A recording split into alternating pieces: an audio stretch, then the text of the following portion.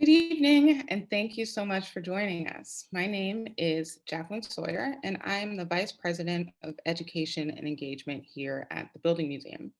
Before we get started, I would like to thank our sponsors, the Ravada Foundation of the Logan family and the Anthony and Kaiko Greenberg Foundation for their generous support of Spotlight on Design. It is my distinct pleasure to both welcome and introduce our featured speaker, Jonathan Moody. Jonathan's work resides at the intersection of architecture and service, bringing transformational design to underserved communities. He believes architecture is a medium through which people can come together and participate in positive social change. As CEO of Moody Nolan, the largest African-American owned firm in the country, Jonathan is driven by a passion to continue his father's legacy of diversifying the practice of architecture. His dedication to advancing diversity garners national attention, recently earning Moody Nolan the 2021 AIA Firm of the Year Award and Jonathan the 2021 AIA Young Architect Award. With more than 15 years of service to the practice, Jonathan's leadership facilitates ongoing expansion of the firm, with 12 locations across the nation. Moody Nolan's work continues to exceed industry benchmarks, receiving more than 300 design awards and citations from AIA and NOMA.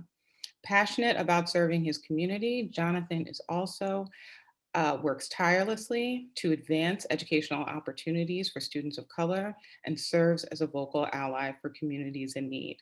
It is my pleasure to welcome Jonathan Moody. Okay, thank you so much.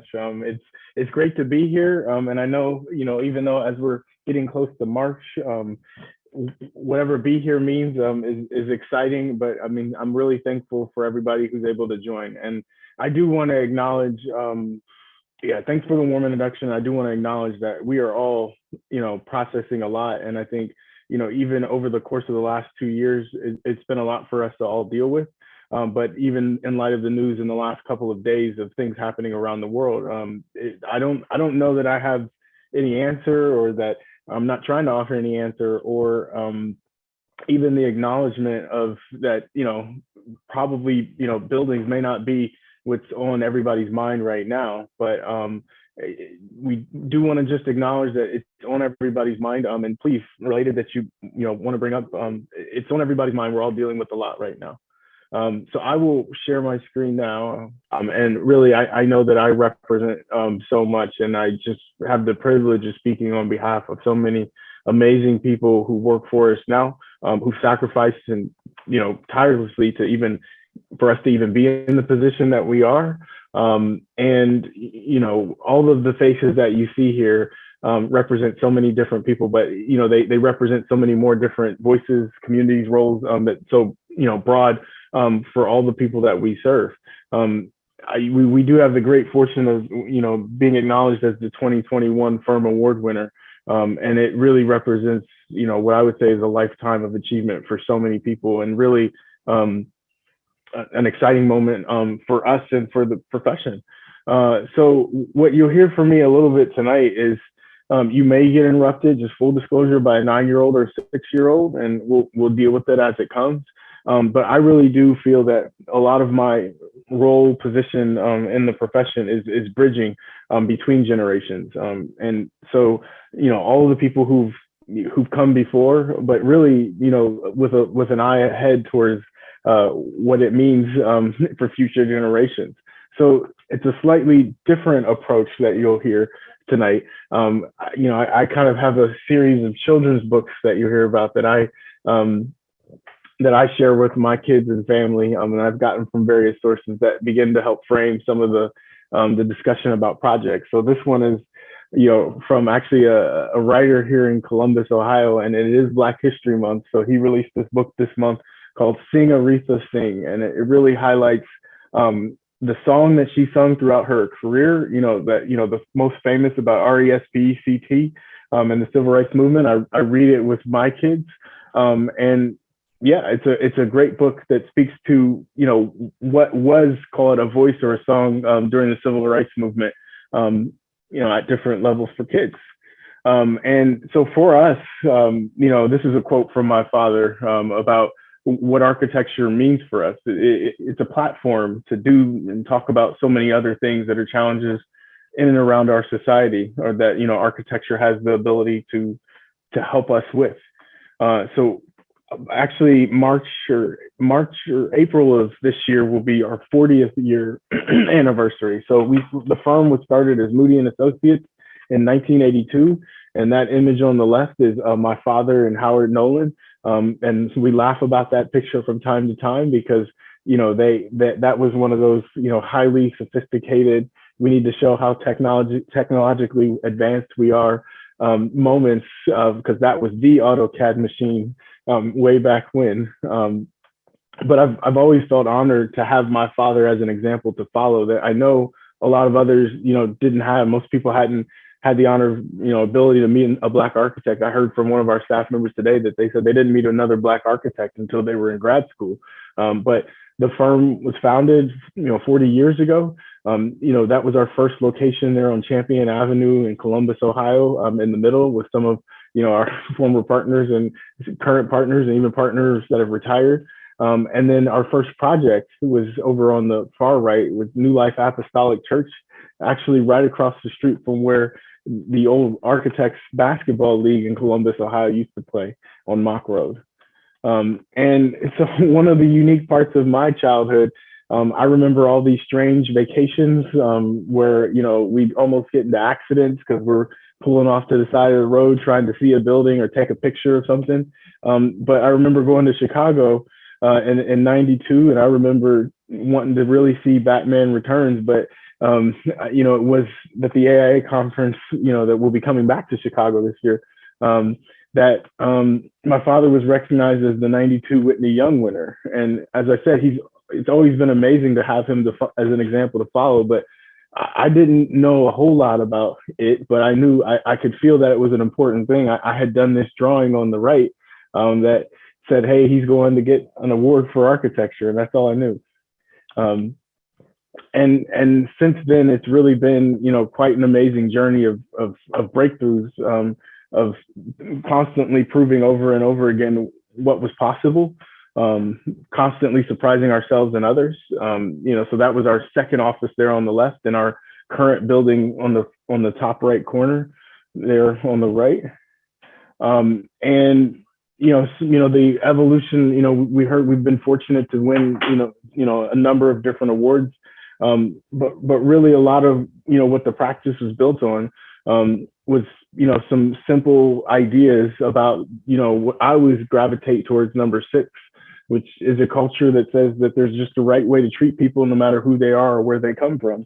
And so, as I said, you know, last year to be honored with the firm award was really the culmination of so many of those things, and really what it represented, or, you know, part of what we, you know, kind of documented in terms of where our practice is, you know, we've over 270 or closer to 300 staff members now, a number of different design awards, a number of different locations around the country. And a lot of our history was built on, you know, starting on things like designing a church for the community members we know who just need service. They just need help saying, hey, we need a building for a family life center or something. Or, hey, we're thinking about, you know, a new library in our community. Or, hey, we're looking at a new school. Or, hey, could you play a small role on this airport project or this hospital project?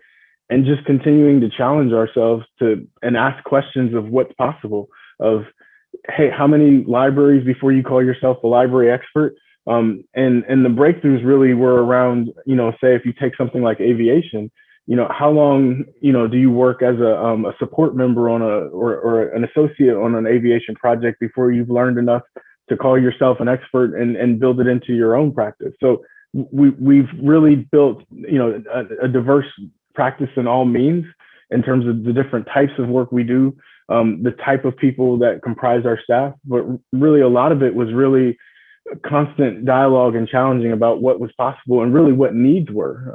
Because I think a lot of what we're seeing in the built environment is complex needs and multiple levels of what's, you know, people may approach you with something as simple as, hey, we need a retail building, but the reality is to really make that work, you might need to add, housing or office or other things into it to really, make a dynamic project. So, we've grown to 12 offices around the country in 12 locations, and we're talking more and more about where we can best help or where we can serve needs well. And one of the things that we've encountered, and some of this data is a little bit old, we probably need to update it, but there is this disparity of what's happening in there's about between the makeup of the profession of graduates from school versus into the profession. So this is the data from 2015 from schools, and then this is really what the profession reflects. And we'd been collecting and measuring for our own purposes for many years, but we didn't realize that our firm is a lot different than many of our peers. And I remember having conversations with people saying, hey, well, a lot of firms have, say, you pick African-American architects for one example. A lot of firms have, doubled the current average of 2 or 3% to 5 or 6%. And they said, well, how many are in your firm? And we said, well, 23%. And they said, well, but what if you take out, support staff or other things, and says that might take the number down to 21%. But it was some of those conversations that we realized that, our firm is a little bit unique, but part of it was really building our firm to be responsive to the communities we serve. And looking ahead, in terms of future generations about what could this be in terms of a platform for newcomers into the profession, for young people who are looking to find a path or make a way. This is, some images, some snapshots from our emerging professionals group at House to talk about what could the next generation of architects look like. And if we think about it like, a platform, to constantly think, can architecture be a platform, not just buildings, but to really be more responsive to some of the challenges around society. So the second children's book I'll tell you, and this one, may ruffle some feathers, but I'm telling you this from my own personal perspective. This is the 1619 project, Born on the Water. It was a collaboration between Nicole Hannah-Jones and Renee Watson, and illustrations by Nicholas Smith. And this was personal for me because I think one of the things that, I think within a couple of pages of the book, it hit home. And I'll tell you a little bit more about what that means from a project standpoint and why it matters is, in the children's book, they describe an exercise that kids were asked to do. And they said, hey, it's a really simple thing. We're celebrating culture and heritage. And they said, I'd like every student to pull out a small piece of paper, white paper, and get whatever colors you need. And I want you to draw or color the flag of your family's home country. And one of the story starts with one of the kids saying, well, I don't know where my family's flag is. My paper's blank. I don't know that history. And she went home and she talked to her mother and her grandmother that says, hey, where is our flag? And they said, we don't know, but you're a people that's born on the water. So let me tell you about the history of your people. Because I think some of that history, those divorce voices that tell stories and backgrounds that people don't get to hear is really part of where there is an opportunity to enrich the lives we live, to enrich our culture. And there's so many great stories that are buried deeper that really is an opportunity to, give rise to those voices and give a platform to tell those stories. So this might be unique. This is an old house. It's called the Black House in Evanston, Illinois. It's at the edge of or midway on Northwestern's campus, and it's a house, right? But there's this plaque out in front that talks about the unique history. But this is really, one of the stories about where the opportunity comes to have to really bridge between generations and have some of these dialogues. Because, what the history that you'll learn at a lot of colleges and universities, and, maybe today is one of these moments that we'll look back on in terms of how the world reacted.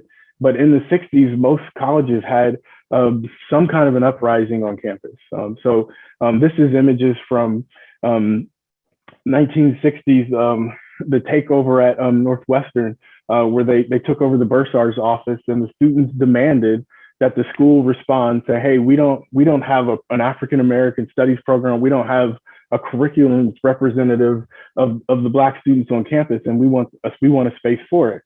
And I remember, as Northwestern was saying, hey, we're interested in preserving or restoring or updating the history of this Black house, because this project was one of the things that was basically the university's spaces dedicated for students that came out of that discussion. And I'm seeing these, and they're interviewing for this project, and I'm looking at this history, and I'm like, that guy looks familiar. Like, where do I know him from?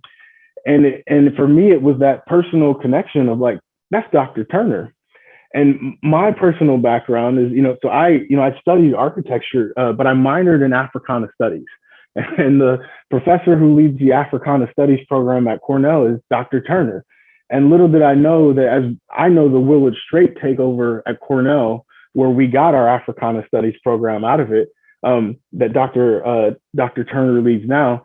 But he was the one back in the 60s that said, hey, the Northwestern students deserve a program like this. And he fought and sacrificed and had, go through arrest and all those things for those students. So it really became an opportunity for us to have a dialogue, because I think, when some of these things get moved past or brushed over or don't get the attention that they deserve, this was just, some students says this is just a house, and it's like, no, this isn't just a house. This is a house that so many people sacrificed for, so that you could have a space on campus that you could feel safe, that you could, study and get the highest out of your education, that you felt welcome and belonging on campus. And yes, even though it's just a house, right? That is part of the excitement and part of the story, was this is a space for you and for you to be your authentic self. But you should know the history of how and why that house came into being. And as architects, even through the renovation, or we should keep these aspects of the house or add these pieces and parts to it, to be able to say, hey, that history needs to be deeply ingrained into the project, even in a renovation, so that anybody who comes to this house, both past and future generations, knows the story of why, those deeper voices of why, why this house exists and what it's for. So this project is complete this past fall, but it's still an exciting ongoing conversation around what that journey means. Along those lines, and this is one where the image on the left is, both of these are from Charleston, South Carolina. And the image on the left is really the overlay of the historic maps, and the image on the right is the current, not current now, you'll see in a minute, but that red line that you see in it marks the original location of Gadsden's Wharf. And Gadsden's Wharf is a significant place in American culture, because it was one of the most highly trafficked ports during the slave trade, or the Atlantic slave trade. And believe it or not, something in the order of 40% of, if all African Americans can trace their roots through Charleston and through Gadsden's Wharf. So this is the site of the International African American Museum, where we had I had the privilege of being able to learn from the late Harry Cobb, from Pay Cobb Freed, as he approached design on the site, and Walter Hood, who's landscape design on this project, to really capture that moment, to really emphasize that demarcated line, to talk about the importance and the significance of both where the water was, where the water is, and what it means for so many people who might be able to trace or tell their stories of their family's history on the water. And Walter had this amazing idea of almost kind of like a tidal approach of saying the water be able to rise and fall at that line to demarcate the history of bodies buried below, and where the water is now, and to really tell a journey, because I think the significance of this project is really not at all about a building. Not all about a thing. It is about the site and the importance of the site. But it is important, as you kind of rise up through, to be able to talk about and to display and to tell many different stories about, what are the countries on the other side? What is their history? What is their connection over here? And why does it matter, to a place like, a country of, say, Ghana? Why does that matter for someone here? And it means a lot, because so many people, like the girl in the story from the 1619 Project, may not know, and they may be looking, and they may be searching for what that identity means. So in here is, one of the technological aspects we added, to be able to have a genealogy center for people to be able to trace their roots. So the Genealogy Center is actually one of these elements that doesn't have to be only when a museum is open or only when a building happens. This is something that's open now as a resource for people to be able to learn where their voice may have originated, or where their family's history may have been from. And this project, we hope, will open this fall as it's finishing up exhibits and other things. But it's a great opportunity to talk about that history. So, for me personally, one of the things I really struggled with in undergrad, I went to Cornell in upstate New York. I'm from Ohio, and a lot of Cornellians are from New York City. And most New Yorkers that I would encounter, they would say, "Where are you from?" And I'm like, "Well, I'm from Ohio." And they say, "Well, but where's your family from?" And I'd say, "Well, there are some coal miners in West Virginia, but don't really know much more than that, because everybody in New York was, from, we used to make jokes about being just a regular Black person at Cornell, because there were so many people who were from Trinidad, or from St. Lucia, or St. Croix, or from Jamaica, or were Haitian, or were Nigerian, or from other places where they could draw their flags, but I didn't have that. So it was interesting when I got online to be able to say, "Hey, let me dig a little bit deeper." And at a family reunion, I actually learned that the first, before West Virginia, our family, the oldest ancestor's name was Willis Spearman, and he was from a town called Newberry, South Carolina. And so I said, "Well, wait, what are the chances?" And as I opened the online directory, and it was, sure enough, there was the record. There was the moment of, I'll say, my family's journey on the ocean. They say that, and I always struggle with this, but I don't know where the flag is, but I know that somebody came across on the ocean. Will Spearman came through Gadsden's Wharf, and there is a document that says he was freed in 1866, and this is the contract for his freedom. And that was one of those things that was really important for me, to be able to see that and know that, because it helped give more substance, give more depth, to be able to say, hey, that my voice was a part of a broader story, and it was more than just coal mines or even South Carolina. That just like the girl in that story, it started on the ocean. So another book that I love to read to my kids, and this one is more recently, since January 20th of 2021, I've been enamored with Amanda Gorman, and she wrote a children's book called Change Things. And I think one of the most powerful quotes that she has in it is there's a little girl who's looking, and she's looking in her reflection in a store, and she says, "I am the change I wish to see in the world." And it's really, about, it really resonated with this quote that, we talk about a lot. That is really a very empowering and exciting quote that says, if you can see it, you can be it. And I believe that. And really, that's been something that I've felt, that challenge of, what do I need to be, and where do I need to be seen? And maybe tonight is an example of that, so that others know what's possible. Because, I always had my father as an example to follow. And what is that responsibility that I have in the work that we do in so many communities, in so many places?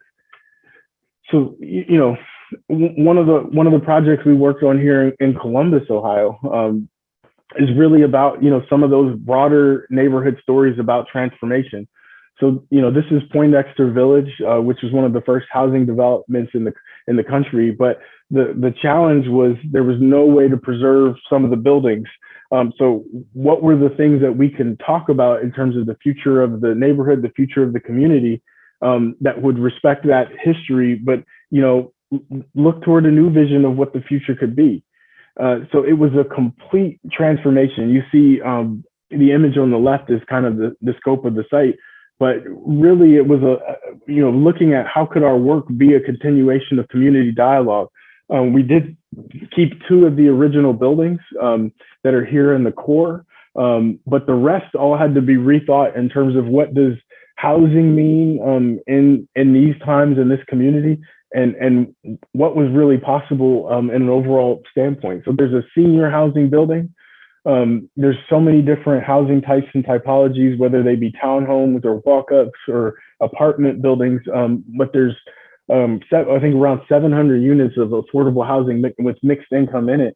But really, it was this was a 6 to 8 year process that was a continuous dialogue about how can we work to build new and reimagine what the future of community could be, and to show others what was possible in that process. Another project of a similar challenge about what are the opportunities for adding resources, adding opportunities in the communities that hadn't traditionally had them. This is the Linden Empowerment Center.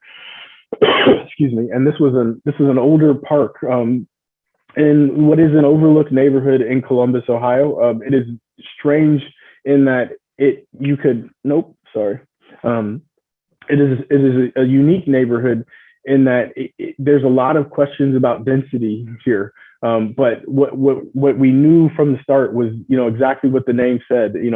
If the Linden Empowerment Center, if this could be a place that could be a catalyst for many more things, if we could remake this entire park as a resource that had community center, had things that people had never had growing up, like a pond where you could go fishing, running trails, community shelters for events like weddings and all those kinds of things, and even a rec center. But a rec center can't just be a rec center these days. It needs to be have a demonstration kitchen. It needs to have opportunities for community gardens. It needs to have basketball. It needs to have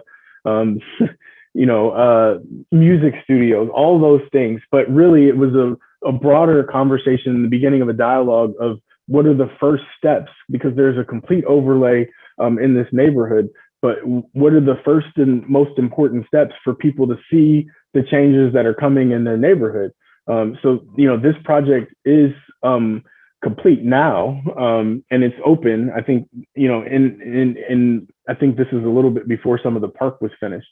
But part of what we talked about is it has to be so many things to so many different people, but it is a place where people can see what's possible. They could see themselves, learning to cook, see themselves, developing a music studio, and even some of the partners from a community standpoint with, say, healthcare providers, many different community collaborators and others, that there's a real exciting moment to bring all of those things together.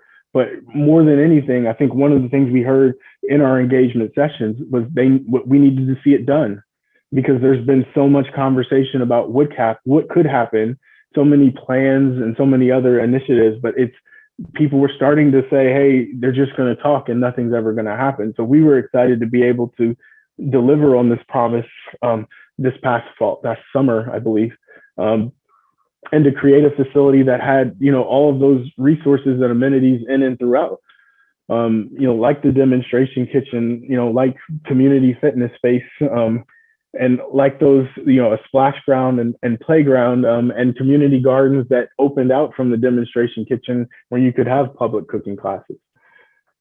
And part of it was just delivering on that promise that if you could show people what's possible, that people's belief would really begin to grow, and that's an exciting thing for us. This is absolutely one of my absolute favorite books, and this was really I think it's still up now on our website. There's a quote about us, like U.S. capital U.S., and it really during Black History Month, talk about so many different historical figures. And there's a quote at the end. There's a video you can find online of Kwame Alexander reading this book publicly, and you get to the last page, about the undefeated, about all those people who had come and sacrificed and done so much for people to have opportunities. And the book really ends with this, culminating moment that says, this is for you and you and you and you. This is for us. All of these sacrifices were for all of us. So talk a lot about, doing what we can. And this was the quote that my dad had from a TED Talk before the pandemic years ago, but do what you can, when you can, with what you've got, while you've got it.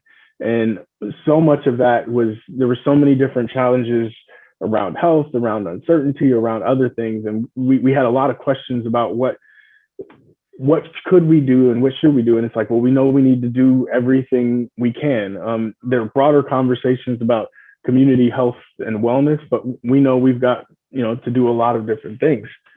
And maybe this project doesn't necessarily fit into that narrative, but it is just an exciting one for us, as in the city of Pittsburgh.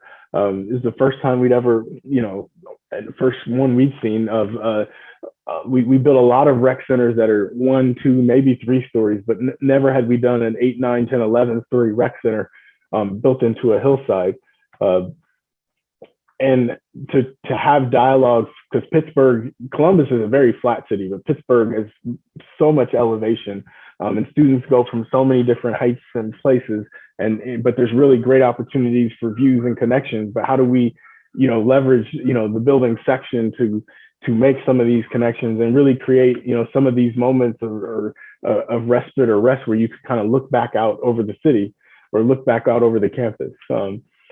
So this is at the top of the hillside as you get to it. I think we're gonna start construction here pretty soon on this project, and we're really excited about it and what it means for University of Pittsburgh. This is the other vantage from that view that really, kind of makes that upper level connection. And this is the lower level. This is the lower level that kind of looks back up, but really sees all those elements stacked together. But I think this was an exciting one that we were going through with that process. So this is a bit of a strange one, but I think this is one that really, for me, ties together some of the generational ideas, bridging between different groups. So this is from the 80s. This is a Karl Road library that Moody Nolan had originally designed, and this was originally done. I think the big idea behind it was a mall for books, almost like it needs to, look and feel and flow like a mall, but it needs to be for books. And I remember I think it was my preschool class. All I knew, we were going to this library. This was in our neighborhood and in our community. And all I knew to say, because I was supposed to stand up in front of class to say that my dad drew that library.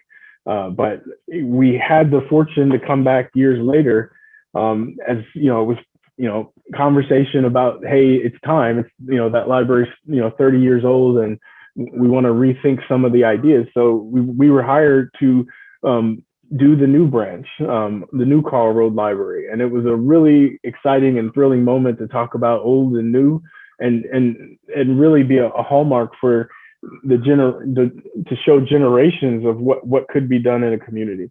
And well, I'll go back to one slide, because part of what we realized was that we had the room on the site based on everything we knew we wanted to accomplish, bringing, having more street accessibility, bringing it closer to the street, having it feel more like a part, more integral to the community. There was actually room to build the new branch in front of the old branch, and both could exist. So this was that shot during construction where both branches were still up. But part of the excitement of this is the deeper story of the why. Buildings, tell some slight stories about some things that happen, but there's always the deeper story of the people who help make it happen and the people the buildings are for.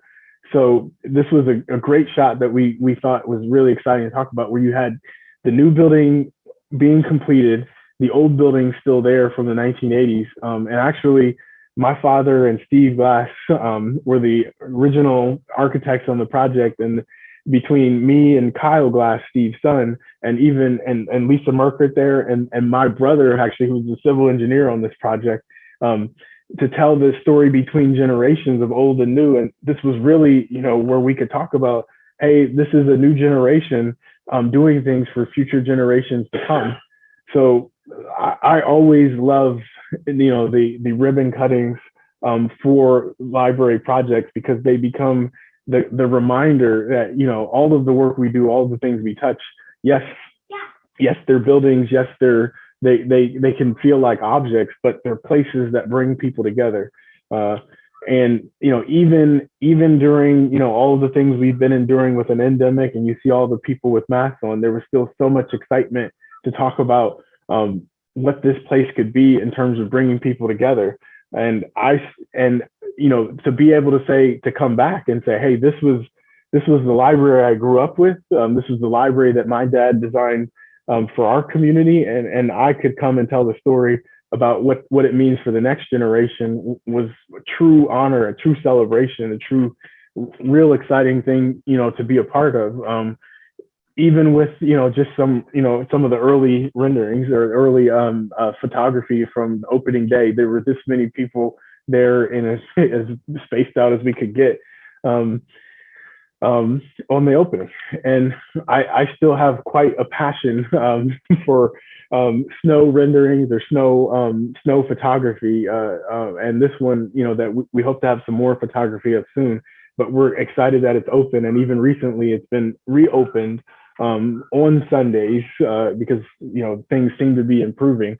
But part of the story on a Sunday, those were, that you haven't seen in the background yet, but to be able to take my son and my daughter and to tell them the story that, Grandpa had done the original, that your dad helped make this one possible. But this fish tank, when we were thinking about what the children's area would mean and what it means, we were thinking of you and your generation. And we wanted this to be paid for you. It makes me think so much about not just the buildings, not just the objects, not the drawings, not even the models, but just, the people who along the way, were the examples for me to follow, were the whispers in my ears, the re-encouragements, even them just being visible and present. As Henry, we joke, has been at Cornell forever. So I so admire Felicia keeping me encouraged. Even I remember my second year library project in Manhattan. But I always had so many great examples to follow, and so many people who, it wasn't me, it wasn't just Moody Nolan. It was so many people who were along the way to show what was possible, and we could see it. And, even when I started out, working for Medallas Downey and, getting to know the Steve Lewises of the world, always had such an admiration. I think I met at my first time as a licensed architect attending an AIA conference. I got the chance to meet the late Phil Freelon.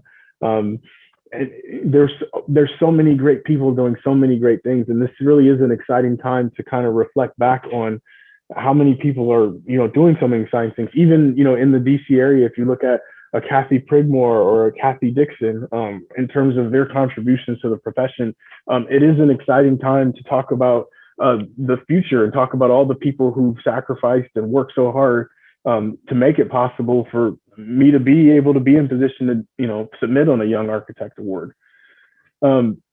And I think about, organizations like 500 Forward, which if you're not aware, there's the organization was put in place to get to the number of 500 African-American female architects.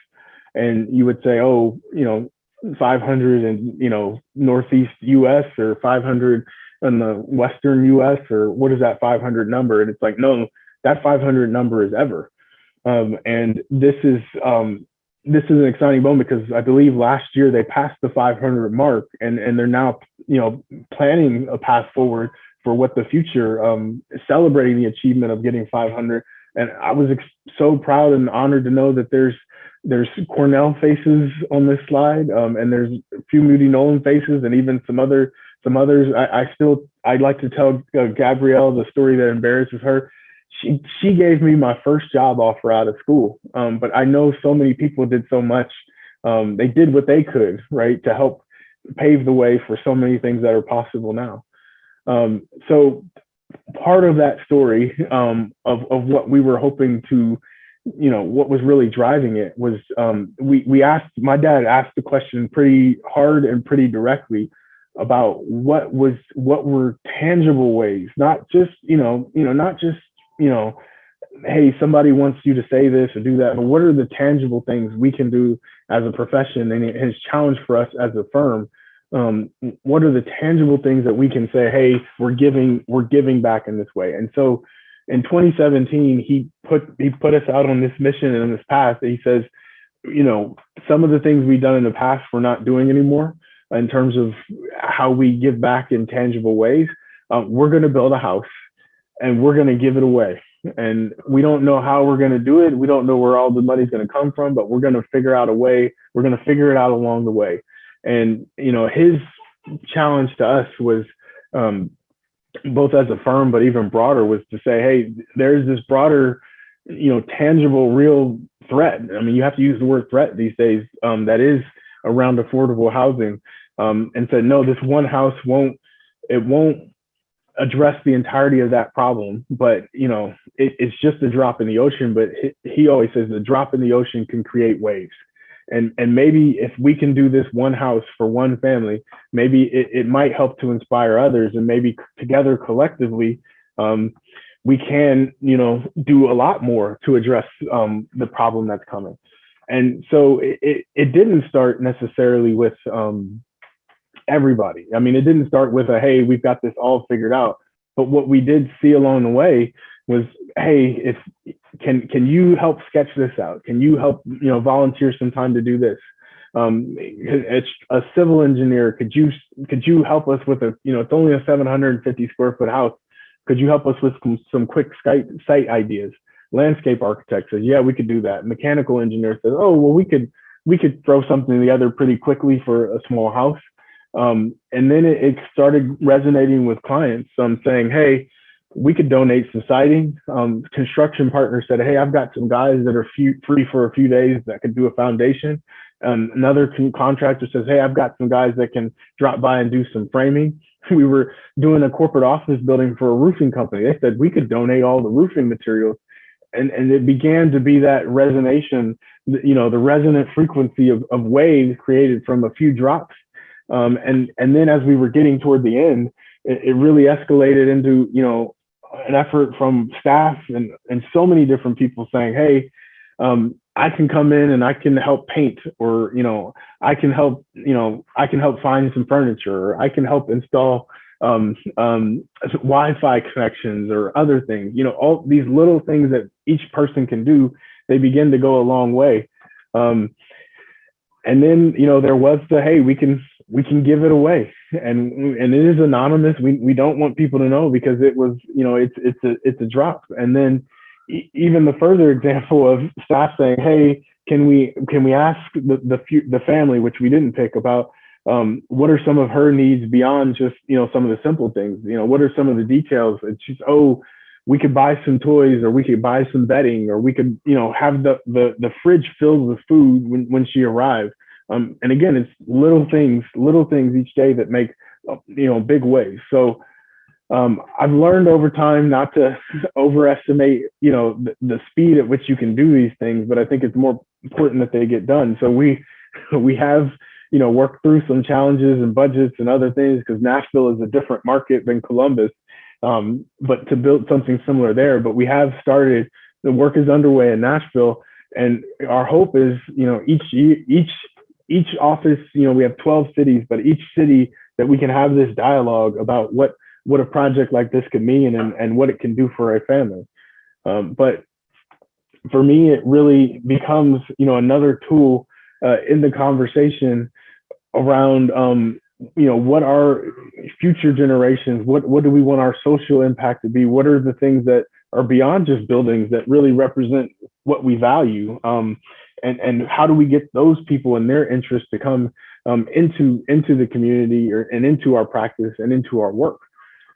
And there's the conversation about citizen architects, and there's been so many dialogues about once we get those people into the profession, what does that profession look like, and how can we be very intentional about creating a work environment, a practice, projects, opportunities that everyone feels welcome, that everybody feels that there's power behind their voice, and that there's purpose in the efforts that they do. So even in the last couple of years, we work to measure, we work to be thoughtful about what the culture is of our firm. But we know that this is a journey, and a journey doesn't necessarily have like a, hey, we're going to be at this destination at this point, but it's just a no, we're going to keep going, and we have to recommit to that every day. So we recommitted to 5 priorities from our firm leadership of what are our priorities and what we want to do, and why are they important? And these were the 5 points that we contemplate and we measure ourselves against for a firm.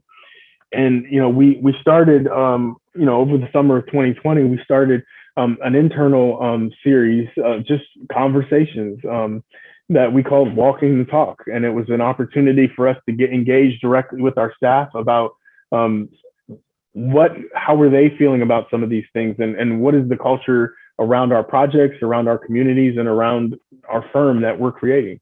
So we had ideas, kind of guidelines behind it, because I think we wanted everybody to feel welcome and safe in the conversation. And I think we tried to do them at times that made sense, and to make sure that people didn't feel like they were being put on the spot or in difficult positions. And we talked about some of these topics that hey, we don't know that there's always a place to talk about them, but all we can do is try.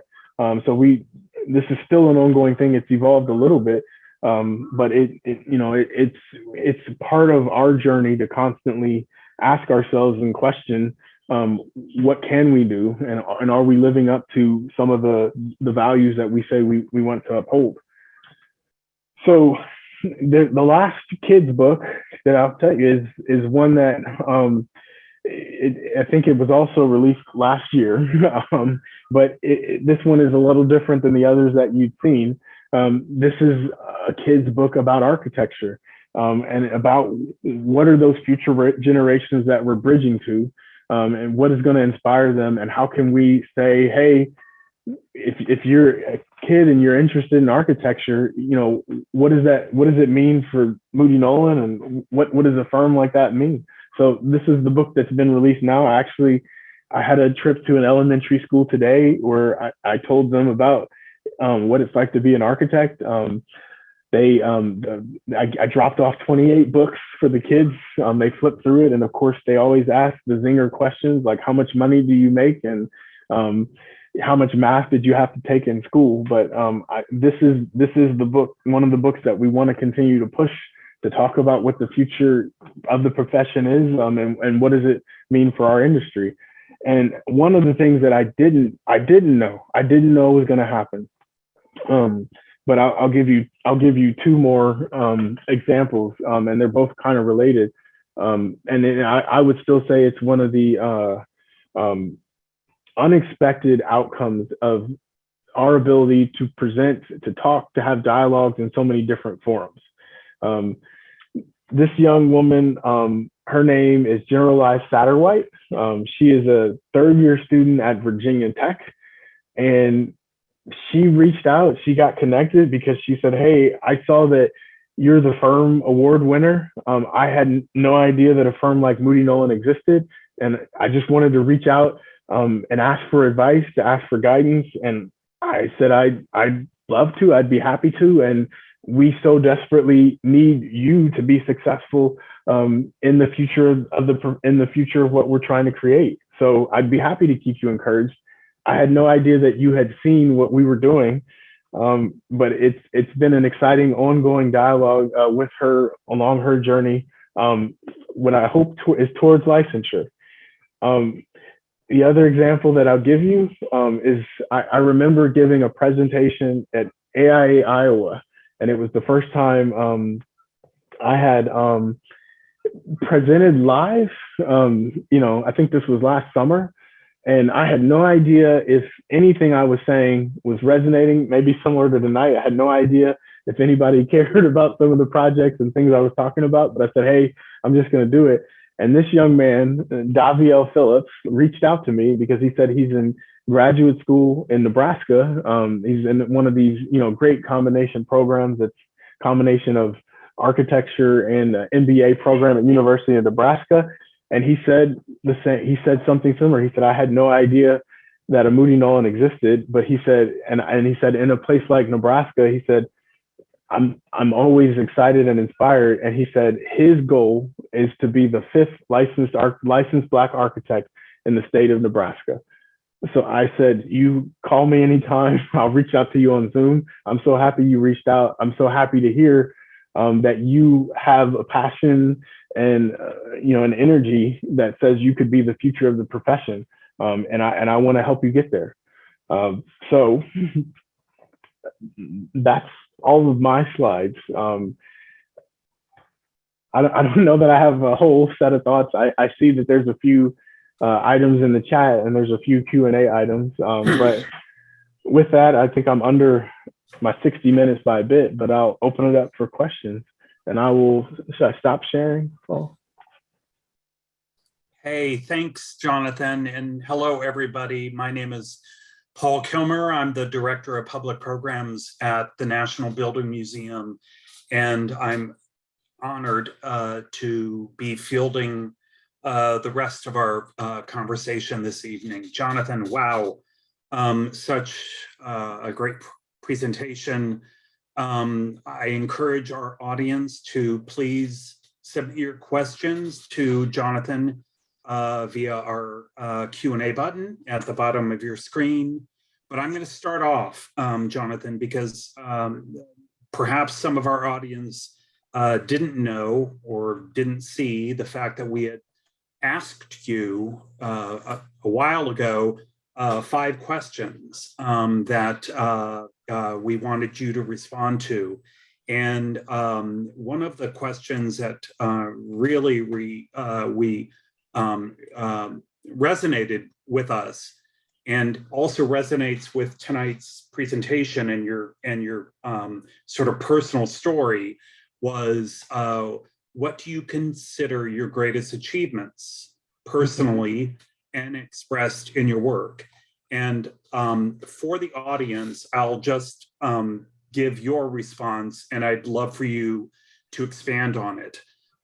Jonathan's response was, "It's hard to describe, but there's a look you can see from the people I know who have sacrificed so much for me to be where I am or make our work possible. That's so prideful.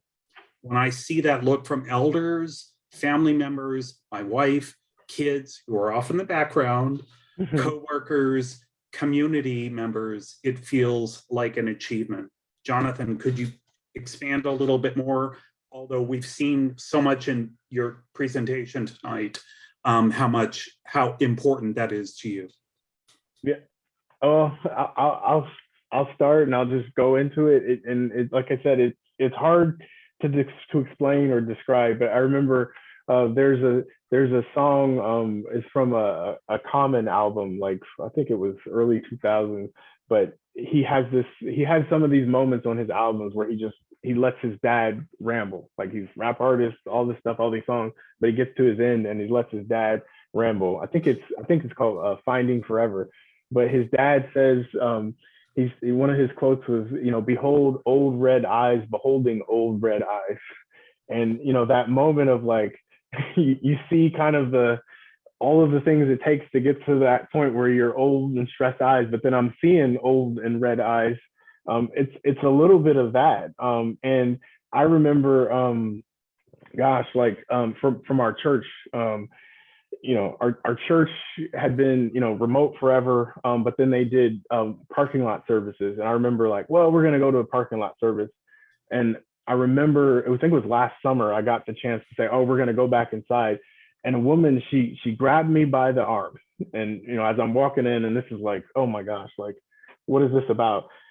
And she grabbed me by the arm and she was just saying, I just wanted you to know. I was so proud to hear and know that you were the architect that did Karl Road Library. And those are the, like, I had no idea that was coming. I had no idea why this older woman was confronting me on the way to church, but it was to say how proud she was to say that she knew me and she went to church with me, and that she could tell all of her friends and people that said that, that's that young man that I had in this class, or that.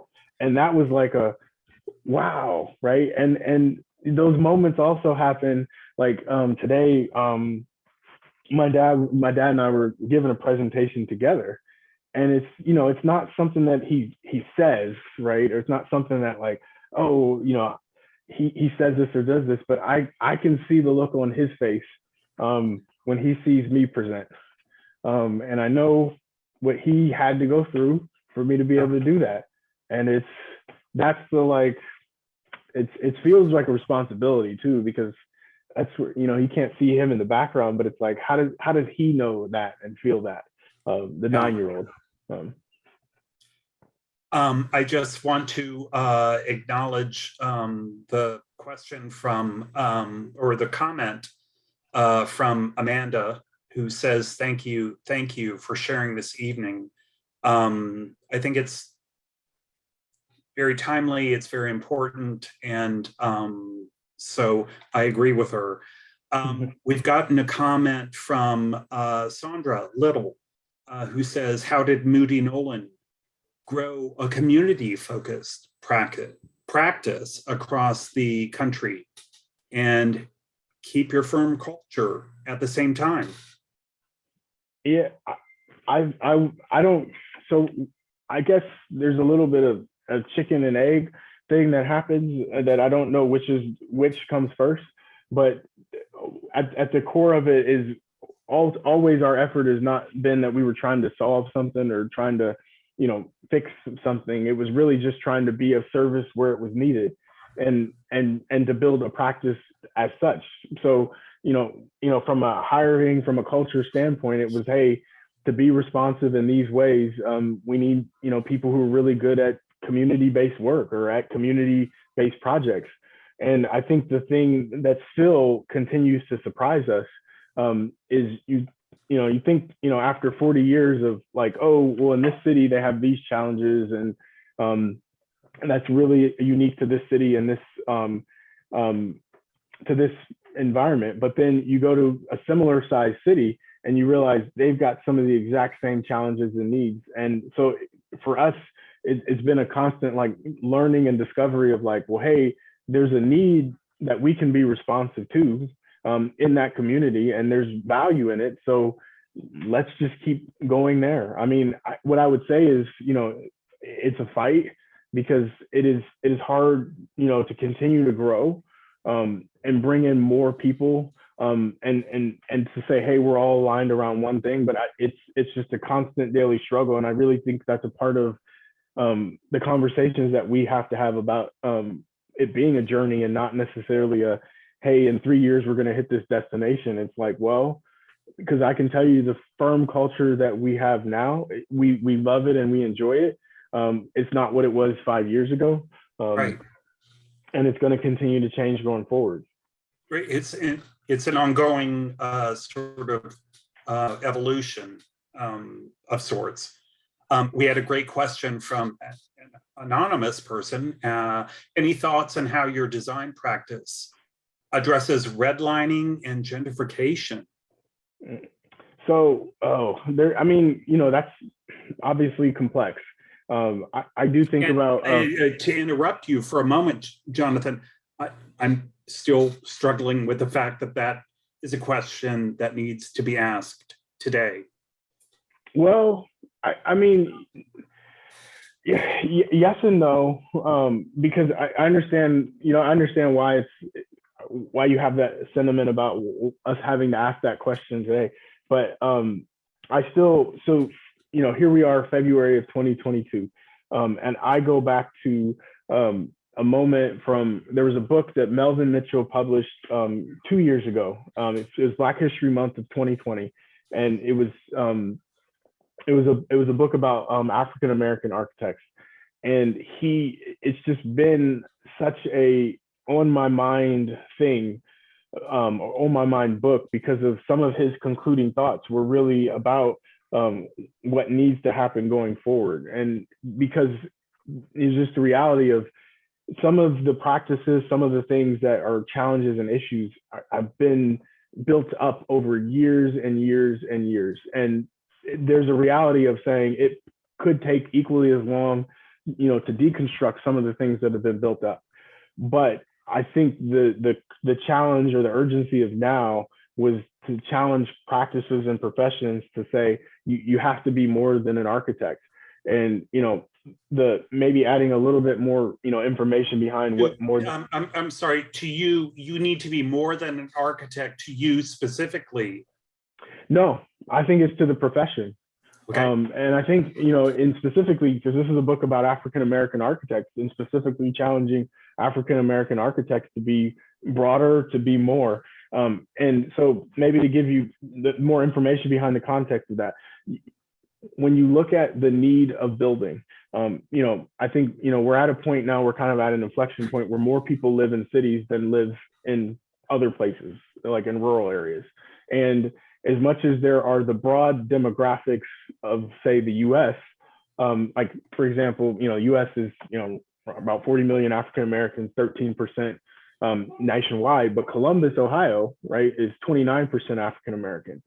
And the demographics of cities are trending more towards where, if you look at 20, 30 years, they're changing and they're shifting. And then most of the construction that needs to happen in those urban areas. And when you overlay on top of that, the fact that most of those communities, most of those diverse urban overlooked communities have this history, we have to look at different models or different methods to say, hey, his challenge that's on my mind, that I don't know that I have an answer, but it kind of is it gets to the how and why should our work try to address redlining or gentrification, is the biggest disappointment is for us to look back 20, 30 years from now and to have this moment, to have these conversations, to have these realizations and say, hey, we know that there's a huge wave of investment coming in these neighborhoods that have these histories. And the worst things to say is when we look back in 20 or 30 years that the people who live there now don't participate, don't benefit, don't gain from that wealth creation. I mean, he was very specific about wealth creation. And I think that is I don't know the answer, but that is when we think about our projects, when we think about our work, can we think about it from the lens of how can we be thoughtful about this in a way that doesn't displace, that recognizes that there is a history and does what I would say is the responsibility of an architect, look forward and say, how do we look ahead 30 years and be sure, I don't know if we can be sure, but just be intentional saying that there's value created from somebody investing and creating a building. But who should benefit from that value is a question that we have to ask ourselves. And in our work, ask that question. Yeah. No, I don't know that I answered the question, but I think you did. Before we go to our next question, again, to our audience, we posed 5 questions to Jonathan previous to this this event, and one of them was there any hobby or toy you had as a kid that influenced your decision to become an architect? Jonathan's response was, I like to draw anime cartoons. It helped me improve freehand drawing.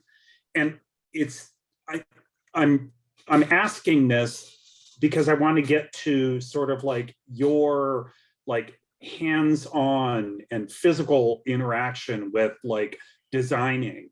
And that was a point of this question. So Jonathan, do you mind expanding on that? Well, so the interesting thing is the reason I felt pretty confident saying that, or kind of like exposing that. I'm like, oh, I was into anime drawings. Like my brothers and I, we used to watch Dragon Ball Z, and I think Gundam Wing was one of the shows. That were a couple of the shows that we watched, and some of them were more, call it, like the Gundam was more mechanical, maybe slanted towards architecture, but just drew them because we thought they were cool, right? Like that was what we thought they were cool. And then all of a sudden, but it was just kind of a hobby of saying, hey, I like this because it's cool and it's interesting, and it's just fascinated with it. And then all of a sudden I get toward the end of high school, and it's like, oh, I think I decided I want to be an architect, and I have to submit a portfolio. And I was like, a portfolio of what? And it's like, oh, and I think I can't remember the description of what you had to, but I'm like, well, I have all these anime drawings. I could put those into a portfolio, and maybe, but the interesting thing is, and maybe getting to your kind of ask of how can it be more hands-on, and how does it impact the way you think about and approach design? I think one of the disappointments we'll have if we work to bring a broader group of people into the profession, and then we push them to be not who they are, but push them to be who we think they should be, and they feel the pressure to say, hey, I'm not going to be my authentic self, I'm going to be who you think you want me to be. But the interesting thing was, I remember like professors telling me after Cornell, like I got in and all that stuff, that they remembered that those drawings, that I just did them because I thought they were cool. That was one of the things that stood out, was I didn't submit the, architectural drawings or other things. I submitted something that was unique and different, and it resonated as my personality. So I think part of, the hands-on approach now is difficult because my job is evolving a lot, and it really is becoming a lot about bringing people into the room, but then trying to get out of their way. Like there's still one of my favorite quotes is Art Gensler, that says, you hire good people and you get the hell out of the way. Right. How do you get them into the room and then do enough to get them excited, but then get out of the way? And sometimes it's not just staff members, sometimes it's community members, it's a librarian, it's a school teacher that says, hey, you've got some interesting ideas. I'm just here to help massage, but I got to get in and do enough to get you excited, but then get out of the way so that you can kind of, find your own creativity. Yeah, I love that answer, because I'll reflect to the audience and to you that I went through a master's program at Virginia Tech, go Hokies, and my for landscape architecture, and I remember doing all of the sort of drawings that I wanted to do, and the models I wanted to create, and how not that they were not looked down on, but they were a reflection of who I was. And I think that's so important, to like encourage folks to be themselves in the way that they express their designs, and like Art Gensler said, get out of the way. We had another great question from Christopher. I am really pleased that your passion for DEI comes through in your firm's values and future strategy. How did you come up with your DEI values as an organization, and where did you start? Yeah, so there's a lot behind that. I'll try to be concise in it. So one of the people on the slides is this Kim Dowdell, and she, at the time, she was the president of NOMA. And the reason she's on the slide, actually, believe it or not, I actually ran into Kim today, even though she's based in Chicago. We're competitors today, but she was the president of NOMA. Friendly competitors, yeah, right? Yeah, we hugged. So, we hugged as they went into the interview after us. But I remember, so Kim was the president of NOMA, and she, made the ask that friends make sometimes to say, hey, I'm putting together this program, that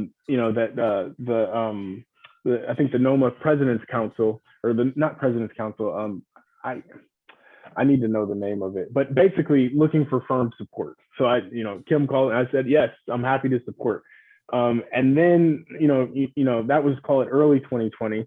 And then in the middle of 2020, there was, a lot of the conversation, a lot of the drive came from staff saying, hey, we're a firm, we're saying we're a firm that stands for all these things, but what more can we do? And why aren't we pushing more? And so part of the outcome of that program was, the support of NOMA was, we got hours with a DEI consultant. So I called Kim and said, hey, we can't just say these things. We can't just, measure numbers or do some of the things. We got to go beyond that. So we reached out to, his name is F.N.S. Henderson, that NOMA connected us with, to come into our firm and sit with our leaders and say, hey, you need to step back and we need to work collaboratively as a group to decide what are going to be our most important priorities. Not just, to say, hey, diversity is important, but what are the, fundamental foundational things. And it was a hours conversation, workshop days over a few weeks, to come with our partners and principals to come to the conclusion that these 5 things are going to be our priorities, or this is what we're committing to as leadership. And it was a collective effort, helpful to have an outside perspective walk us through that. But to come to hey, this is what leadership, not just, and I think leadership beyond just, what has traditionally been singular, like a person, a personality that kind of drives a culture and says, no, this is the evolution of just, my dad saying these things. So this is all of us as leaders in the firm saying this. It's a journey. It's a journey that a lot of folks, including the Building Museum, are engaged on, and it's constant work. Yeah. In all aspects and in all sort of phases of the things that we do. To the audience, I'm going back to one of the questions we asked Jonathan previously. It was, what is the best piece of advice you've ever received, and who gave it to you? And Jonathan, your response was, be brave enough to be honest in all settings. It's harder than you think in some places, but you'll be happy you did. And I think that's such a great answer. And do you mind sort of expounding on that a little bit? Well, I think that is a conversation for future generations. I think what is coming is, and I said this to the students this morning at the elementary school. I guess I am more confident than ever that the students that I talk to, they'll have the chance to do whatever it is they do. They'll have a seat at the table, so to speak. Someone's going to say, hey, I made a way for you to be able to be here. But I would say I've had many encounters where I thought, like, oh man, like, if there's some billionaire saying, hey, they want to do this in this neighborhood and they're going to hire me, that I'll say, oh yeah, you can't do that. And I will just say, I've learned over and over again, it's harder than you think. And there's so many different pressures of, I don't know, like maybe for me personally, like I remember in the summer of 2020, there were many asks where you could sense that people were trying to get me to say a certain thing and do a certain thing. Yep. And the fear of like, well, what if I said the wrong thing? Or what if I did this? Or what if we went off on this direction? Or what if, and there's always this fear and this pressure. And it's kind of the like, well, the best thing I can do is just be honest. If somebody's asking me how I'm feeling, if somebody's asking me what I think about this, to be honest. I mean, but I will say it's hard to be honest. If somebody asks you a question that they won't like the answer that you give them, it's hard to do that sometimes. But I think at the end of the day, what may help you to sleep a little bit better is, reflecting back on saying, hey, how did you end up with this? Or how did that decision get reached? And it was like, well, I was honest. And Yeah. I can live with that, as opposed to, I wish I would have said this. Yeah. Or I wish I would have done that. Yeah. Well, I think we'll conclude our evening tonight with this last question from Charles Obie. He compliments that this was a great presentation. And he also asks, I get a sense the design buildings communities seek to have a dialogue with the surrounding community, site, and even history. How have your clients reacted to this approach, especially when it comes to balancing cost and specific program expectations? Well, yeah, so there's definitely not, and maybe because each community is unique and each site and each place is different, there's not like well, you just do this one thing and it'll work. I think it has to be a dialogue, and it has to be, as you said in the question, it has to be a balance of conversation. I think one of the things I've felt and learned consistently is, like I remember, so one of the projects we worked on was Martin Luther King Library, and I remember in a lot of research into deeper than just call it I have a dream quotes. There were other things learned, and there's a Martin Luther King quote that says we have to be those creative dissenters that will call our nation to a higher destiny. And sometimes I've felt a lot of that in engagement, sometimes with community members, sometimes with clients, that you don't always have the answer that will make everybody happy. But a little bit of it is just being honest with and direct with it. And sometimes is saying, hey, this is part of that creative dissent of, we know that this is the best thing and we've got to charge forward with it. And more often than not, what I feel like people are, want out of these conversations is not necessarily that you have to meet every one of their needs, but it's just to make sure that they feel that they've been listened to and they've been heard. And sometimes being heard doesn't always mean, like, maybe I say that because my kids say things all the time and I seldom I heard them, but no, you can't have that. But it's the bravery to really say, hey, I'm as an architect, I'm a creative dissenter. This is different than what people might expect, but I think it's the right thing and we got to push forward with it. Jonathan, I want to give you one last moment to say, what do you want to tell us? What do you want to take away? What do we want to take away from the great work and the prestige of Moody Nolan? Well, again, I hope you would deflect. You saw a lot of different people that I talked about tonight. And I would hope that you would know that even deeper than even some of those individuals, or even more and more people that I think make our work and make what we do exciting. And exciting in the sense of, I still, believe, I talk a lot about buildings, but, the buildings are not really what it's about. It's all of those stories, all of those people, all of those things that say, hey, somebody's investing enough that they want to build something for them, but it's for them. And it's those people that it's kind of gone, the other direction. Like, I'm here tonight because of what they've done and what they've sacrificed and what they've gone through. And I'm hopeful that there'll be many more to come. Yeah. Well, thank you so much, Jonathan. And for all of you joining us this evening, a reminder that our program was recorded. We'll edit it and put it on our website in the next few days for you to view. So many things happening in the world this evening.